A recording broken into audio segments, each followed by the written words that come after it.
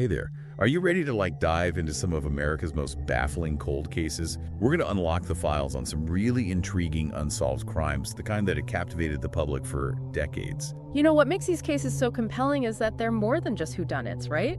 They give us this fascinating look at how things have evolved over time, like criminal investigation and the influence of media and how societal values play into it all. It's really quite interesting. Yeah, okay, so let's unlock our first case file.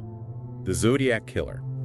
So picture this, it's the late 1960s, early 70s in California, a time of massive social change and cultural revolution, but lurking in the shadows is this figure who terrorizes the public. Not just with violence, but with all these coded messages, these cryptic clues, almost like he's directly challenging the authorities. Yeah, the Zodiac case, it's a prime example of how a criminal can use the media, right? To manipulate and instill fear and even fascination, almost turning the newspapers into a platform for his own twisted game.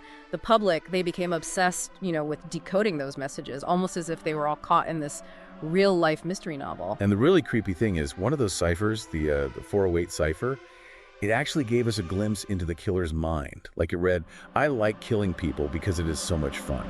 So this wasn't just about the thrill of the chase for him, it was the thrill of terrifying a whole population. That decoded message, it really sent shockwaves through the nation because it painted this picture of a killer who was both calculating and completely remorseless, which just deepened the mystery, and it really intensified that fear that was gripping California.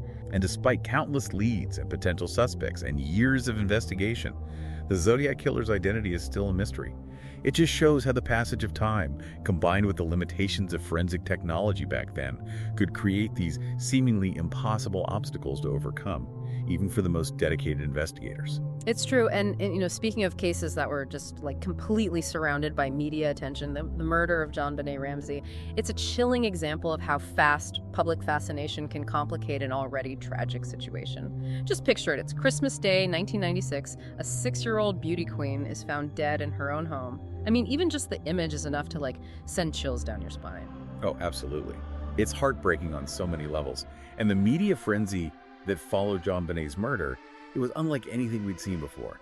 Every detail, every single theory, every possible scenario was splashed across newspapers and TV screens, turning this family's tragedy into this public spectacle. It's true, and the JonBenet Ramsey case, it really highlights how media speculation, especially when it's amplified by those early missteps in an investigation, like letting friends of the family walk through the crime scene, it can snowball into this vortex of misinformation, ultimately hindering the pursuit of justice. Yeah, it makes you wonder, right? What if they had taken a different approach? One that really prioritized keeping that investigation airtight, you know what I mean?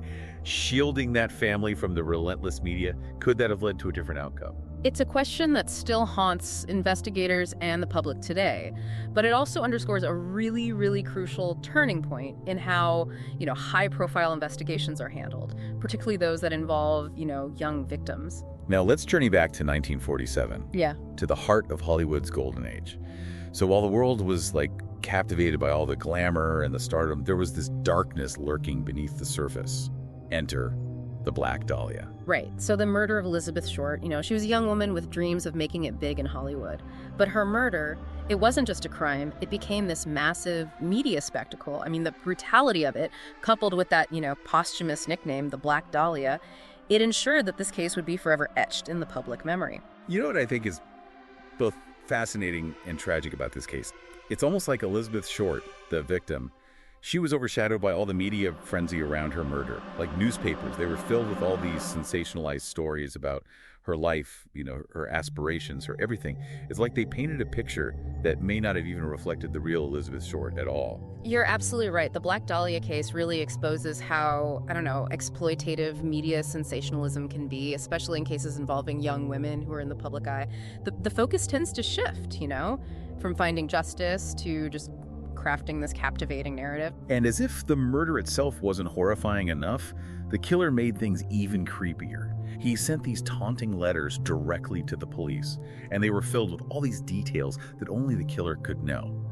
It's like something ripped straight out of a film noir, which, by the way, was a genre that was becoming super popular at the time, blurring the line between, fiction and horrifying reality. Those letters, along with how gruesomely the crime scene was staged, it really points to this, desire for notoriety, this need to shock and horrify. It's a chilling reminder that sometimes, the most disturbing crimes, they're driven by these dark impulses of the human psyche. It's unsettling when you think about how a desire for fame, just like Elizabeth Short's, could get so intertwined with, the dark side of notoriety.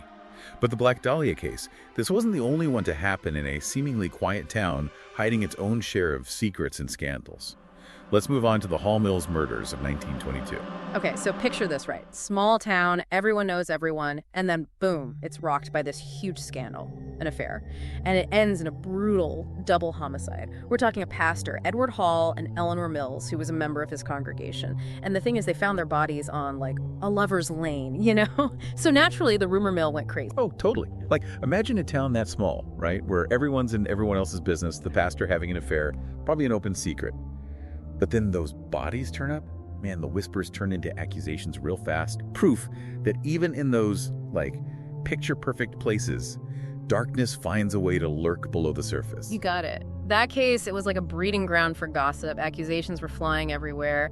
And you add to that, the lack of, the kind of fancy forensic technology we have today. Back then, it was almost impossible to do a clean, unbiased investigation. I mean, think about trying to solve that now without DNA. Back then, a hair, a drop of blood, it couldn't tell you much. Now, that stuff can crack a case wide open, even after decades. It's wild, right? To think they had to rely on people saying what they saw, maybe some fingerprints, if they were lucky. And speaking of what they didn't have back then, get this, the crime scene was completely messed up.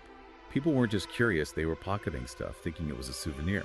Oh yeah, the Hall Mills case is a perfect example of the kind of stuff investigators were up against in that era. Especially in a case that grabbed so much attention. No crowd control, no clue how to protect the scene. That meant evidence was contaminated or just plain gone, making it so much harder to figure out the truth.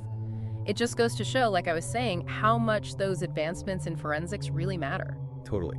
It's like trying to put together a puzzle where pieces are missing and the ones you do have are all jumbled up. No wonder it's still unsolved. And speaking of mysteries that just won't quit, we got to talk about one of the creepiest rhymes in American history. Lizzie Borden. Did she do it or not? That case, back in 1892, gruesome as it was, it still makes people fascinated and freaked out all these years later. Oh, for sure. The Lizzie Borden case, it's the ultimate example of how a crime can grab everyone's attention and then get all tangled up with folklore and stories. Even the rhyme itself, as messed up as it is, people know it, right? It's like a nursery rhyme, passed down through time. That's how stuck this case is in our minds. It's true. The idea of Lizzie Borden, this seemingly normal woman just standing there with the axe, her dad and stepmom dead, pure gothic horror movie stuff. It's the kind of story that chills you to the bone no matter how much time goes by. Yeah, and, the evidence they presented at the trial, it was thin. Mostly circumstantial, so people have debated whether she did it or not ever since. The prosecution tried to say, look, she tried to buy poison, and she was home when it happened. But it wasn't enough to convince the jury. I know. Some are positive she was cold-blooded, got away with murder. Others say, no way, there's not enough proof, the investigation was sloppy. It's like, we're stuck, right? The truth is lost to time, leaving us with all these questions. And, the Lizzie Borden case, it goes beyond just who did it. It gives us this really interesting peek into how people saw women back then, in the late 1800s. A woman, especially from a respectable family, committing such a brutal act. That messed with a lot of people's heads. It definitely made things more complicated, how the public saw her, and maybe even how the trial played out. For sure. It makes you think, how much did those old-fashioned ideas about women, what they were supposed to be like, how much did that shape how they saw Lizzie Borden, whether they thought she was guilty? Oh, 100%. These cases, they often go way beyond just finding the bad guy. They show us, sometimes in a really uncomfortable way, the world they happened in, the culture, what people believed, even what they were afraid of. It's like we're holding up this mirror to the past, right? But we're not just seeing the bad stuff, we're also seeing how far we've come in understanding crime and justice and even ourselves. It's wild, right? It's like we're not just looking back at these crimes, we're like time travelers peeking into these different worlds. Exactly. These cases, they're like cultural snapshots. They show us what people valued, what they were afraid of, the whole deal. And they remind us that finding justice, man, it's rarely easy. Societal norms, the media, even our own limitations, it all gets tangled up in the mix. For sure. And sometimes, no matter how hard we try, those limitations mean we end up with more questions than answers. It's frustrating, but kind of fascinating too.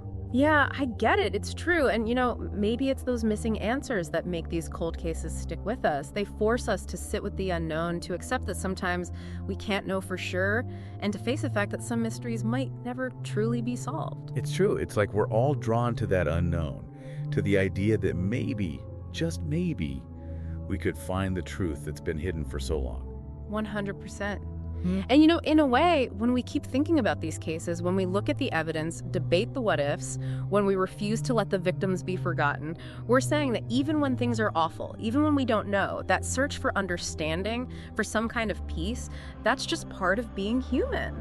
It's like this shared need to find meaning, even in the face of the senseless. Exactly. And maybe we won't ever have all the answers, but the act of searching for them, trying to piece together those broken pieces of the past, that reminds us how much we value justice, that people should be held accountable, and that we shouldn't forget. Well said.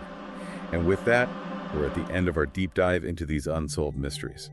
Honestly, it's kind of amazing to think about how complex these cases are, how much they still get to us, even after all this time. It's been a wild ride, hasn't it, exploring these cases with you. And as we wrap up, we want to leave you with this. Don't let those questions go. What really stood out to you? What theories do you think hold water? Keep digging, keep wondering. Because sometimes the best stories are the ones that leave us hanging, the ones that turn us all into detectives. So true. To everyone listening, maybe you'll see a headline or hear a rhyme, and these cases, these victims, these mysteries that never let us go, they'll pop right back into your mind. And that's okay, because the search for justice, for understanding, it doesn't really end, does it? And who knows, maybe one day some of these cold cases will give up their secrets.